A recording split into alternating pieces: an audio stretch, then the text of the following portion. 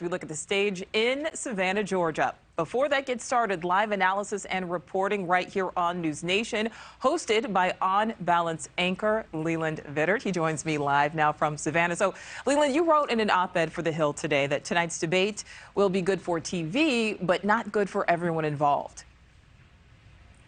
Well, it's certainly great for TV because of what has been set up between these two men. And both, you have an extraordinarily talented and charismatic speaker, Raphael Warnock, who spent years on the pulpit. You have Herschel Walker, who, to put it mildly, has been unpredictable on the stump. So that makes for must-see TV.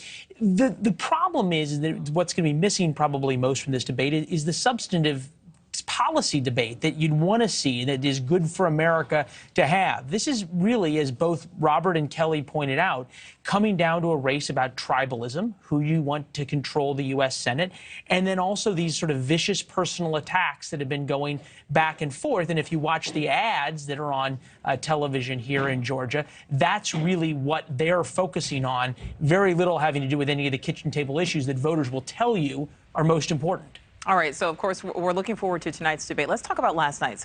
Wisconsin's Senate debate last night. Both candidates, they were asked to say something admirable about each other. Let's listen.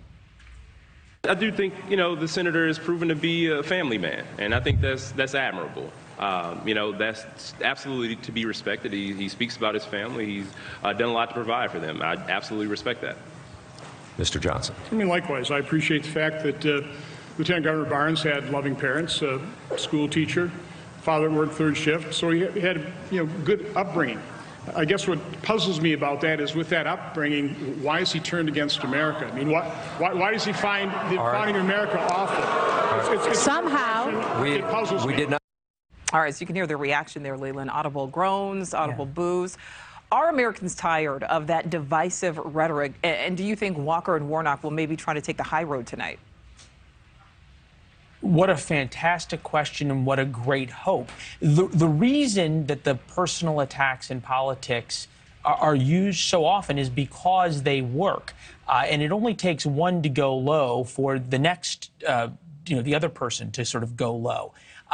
And I think what was fascinating, I had heard about the question you were going to ask me from your producer, from Paige in the booth. I was actually going to give this example that you just played about the debate last night. And it's really stunning. It's an important data point. I can't imagine, though, that it holds in terms of people being willing to take that risk and continue on the high road. Certainly, this race here in Georgia has given no indication that people are going to return to some amount of civility. Yeah. If history is any guide, I would agree with you on that, Leland. Okay, so let's talk about controversies, many publicized for both candidates. Is it better for them to try and tiptoe around them, do you think, or just go ahead and address them head on? Well, they've both addressed them fully, right? Raphael Warnock, you heard from Kelly's piece in their responses, and obviously Herschel Walker's denied the charges about the abortion, the latest of many controversies surrounding both of the men.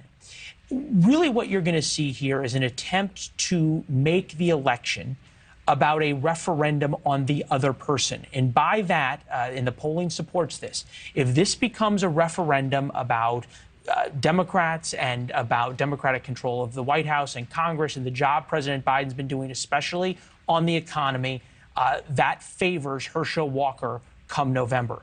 If this becomes a referendum about Herschel Walker and is he fit to be a United States senator, then undoubtedly that is a huge advantage to Raphael Warnock. So who defines the field of play is going to be who wins this debate. And if you extrapolate it out, likely who has a much better hand going into Election Day.